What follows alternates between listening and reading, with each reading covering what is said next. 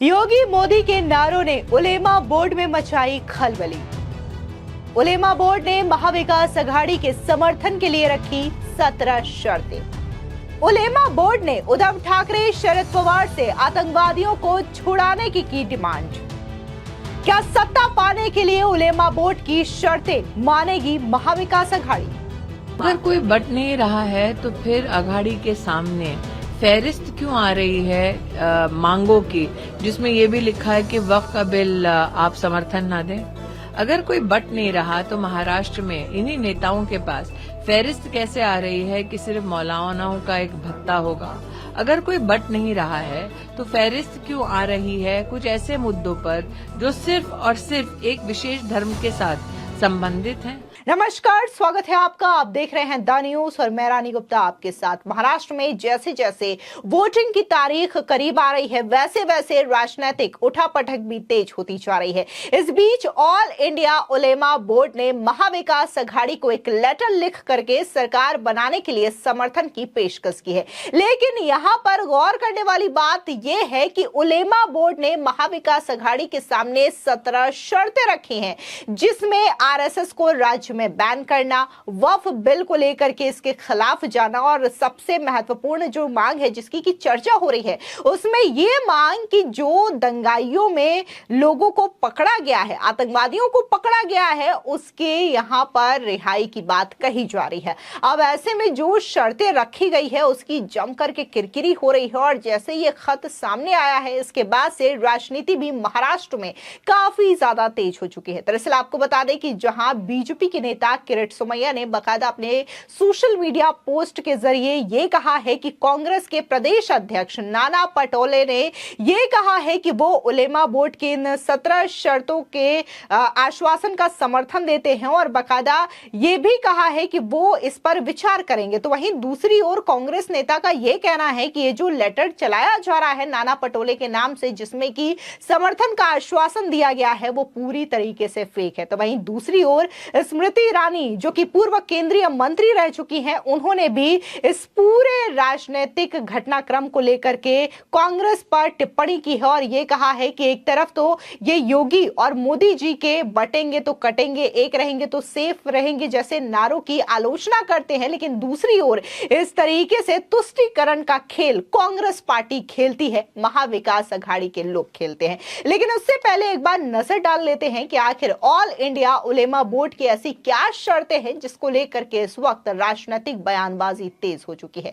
दरअसल यहां पर 17 शर्तें हैं जो कि एक एक करके सिलसिलेवार तरीके से आपको बताते हैं। पहला, वक्फ बिल का विरोध, नौकरी और शिक्षा में 10% मुस्लिम आरक्षण। तीसरा, साल 2012 से 2024 के दंगे फैलाने के आरोपों में जेल में बंद निर्दोष मुसलमानों को बाहर निकालने की मांग। चौथा, महाराष्ट्र के वक्फ मंडल के विकास के लिए 1000 करोड़ का फंड दिया जाए।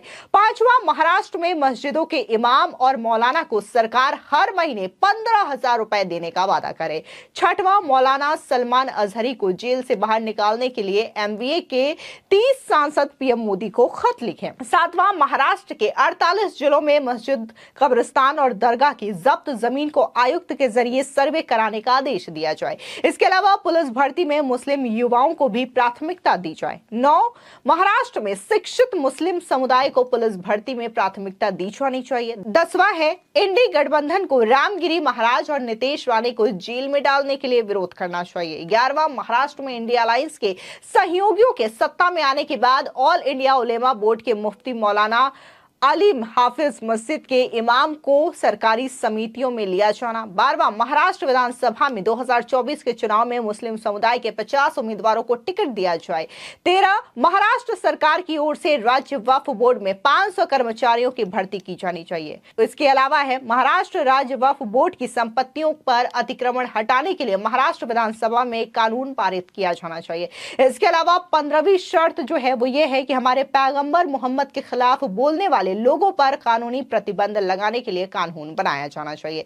इसके अलावा है, जब महाराष्ट्र में इंडिया अलायंस के सहयोगी सरकार बनाएंगे तो आरएसएस पर प्रतिबंध लगाया जाना चाहिए। 17वां और आखिरी शर्त यह है कि महाराष्ट्र विधानसभा चुनाव 2024 में इंडिया अलायंस के लिए प्रचार करने के लिए अखिल भारतीय उलेमा बोर्ड को 48 जिलों में आवश्यक मशीनरी प्रदान की जानी चाहिए। ये जो शर्त है उसके कई सारे फोटोज इस वक्त सोशल मीडिया पर वायरल हो रहे हैं। बीजेपी एक एक करके इस पर हमला बोल रही है और यहां पर महाविकास अघाड़ी के एजेंडे को लेकर के कह रहे हैं कि असली हकीकत लोगों के सामने आ चुकी है कि कैसे महाराष्ट्र में तुष्टीकरण का खेला खेला जा रहा है। लेकिन यहां पर कांग्रेस के नेता अतुल लोड़े पाटिल का यह कहना है कि ये जो लेटर है वो पूरी तरीके से फेक है। सुनिए कांग्रेस नेता अतुल पाटिल का ये बयान। उलेमा के एक लेटर पे बवाल हो रहा है, कांग्रेस को घेरा जा रहा है। नहीं, वो फेक लेटर हमने बता दिया है। हमारा सीधा सीधा है, ये देश संविधान से चलेगा। संविधान में अल्पसंख्यकों को जो अधिकार मिले हैं, अल्पसंख्यकों में जैन भी है, बुद्ध भी है, सारे अल्पसंख्यक जो है उनको संविधान ने जो अधिकार दिए है उसकी रक्षा हमने आज तक की, आज भी करेंगे और कल भी करेंगे। और जब तक काँग्रेस है तब तक सब एक है। अमित शहांचं एक वक्तव्य ज्याच्यामध्ये त्यांनी रामदास स्वामींचा उल्लेख केला आणि युवकांनी शिवाजी महाराजांच्या या अशा सगळ्या संदर्भ देऊन ते बोलले, त्याच्यावर आता वाद पण होत आहे। महाराष्ट्र हा हुशार समजूतदार लोकांचा प्रदेश आहे। अमित शहाने येऊन इथे फेक फॅक्टरी काढू नये, नाहीतर मग गुरु नानक देव, गोरखदास वगैरे एकत्र बसले होते ते त्याचे तिकडे दुसरीकडे चालत असेल, ते महाराष्ट्रात चालणार नाही आहे। आणि ज्या पद्धतीचा सोशल मीडियावर वर्षा होतोय ना अमित शहाच्या बुद्धीचा, तो त्यांनी एकदा बघून घ्यावा, मग त्यांना कळेल महाराष्ट्र काय आहे। उलेमाचं लेटर एक आहे, त्याच्यावर काँग्रेसला घेरले जाते। नाही, ते आम्ही स्पष्टपणे त्याच्यावर भूमिका दिलेली आहे ती की फेक आहे। याच्यामध्ये भारताचं संविधान हेच आमचं विधान आहे आणि त्याच्याप्रमाणेच देशामध्ये गव्हर्नन्स होईल। त्याच्यामध्ये जे जे अधिकार लोकांना मिळालेले आहे, अल्पसंख्याकांना मिळालेले आहे, व्यक्तीला मिळालेले आहे, सामान्य लोकांना मिळालेले आहे, त्याचं रक्षण करणं हे काँग्रेसनी जी कटिबद्धता आहे। राहुल गांधी पुन्हा पुन्हा तेच सांगतात आहे, देश चलेगा संविधान से। वहीं दूसरी ओर बात करें तो पूर्व केंद्रीय मंत्री स्मृति ईरानी ने भी इस पूरे मामले को लेकर के जम करके महाविकास अघाड़ी और कांग्रेस पार्टी पर निशाना साधा है। सुनिए स्मृति ईरानी का ये बयान। अगर कोई बट नहीं रहा है तो फिर अघाड़ी के सामने फहरिस्त क्यों आ रही है मांगों की, जिसमें ये भी लिखा है कि वक्फ का बिल आप समर्थन ना दें। अगर कोई बट नहीं रहा तो महाराष्ट्र में इन्हीं नेताओं के पास फहरिस्त कैसे आ रही है कि सिर्फ मौलानाओं का एक भत्ता होगा। अगर कोई बट नहीं रहा है तो फहरिस्त क्यों आ रही है कुछ ऐसे मुद्दों पर जो सिर्फ और सिर्फ एक विशेष धर्म के साथ संबंधित हैं। अगर प्रधानमंत्री समाज को एकजुट रहने की सलाह देते हैं या निवेदन करते हैं तो उसमें चिंता किस बात की है। अगर समाज को बांटने की बात करते होंगे तो आप चिंता व्यक्त कीजिए ना। मैंने पहली बार देखा है कि जनता को सेफ रखना पाप हो गया है। और बीजेपी को उखाड़ फेंकने की बात कह रहे हैं कि महाराष्ट्र में वो बहुत कोशिश कर चुके हैं, जीत गए तीसरी बार। मुझे लगता है कि रोज साउंड बाइट के लिए बोलना उनके लिए अनिवार्य सा हो गया है ताकि रेलेवेंस उनकी बनी रहे।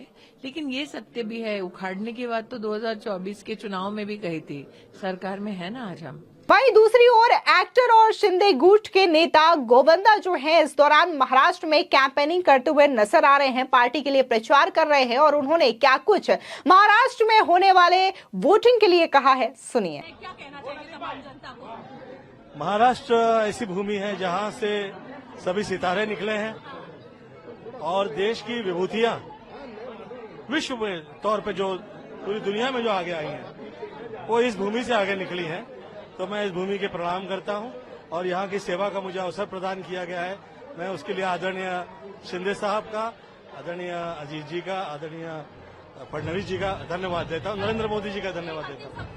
सलमान और शाहरुख खान सबको जो थ्रेटनिंग मिल रही है, चिंता का विषय है, क्या कहना चाहिए? मैं सबसे ज्यादा ये कहूंगा, सबसे कहना चाहूंगा कि इस तरह के विषयों से इसे बहुचर्चित नहीं कीजिए कृपया किसी तरह से, और इस चर्चा को आगे नहीं बढ़ाइए।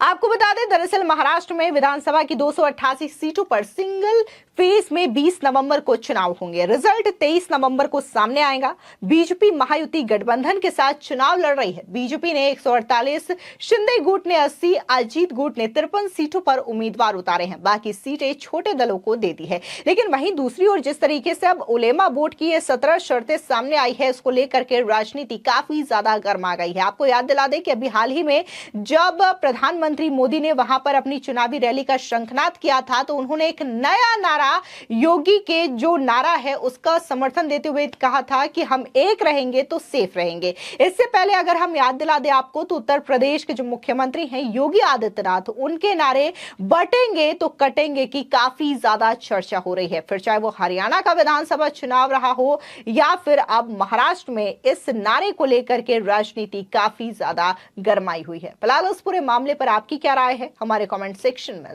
जरूर बताएं।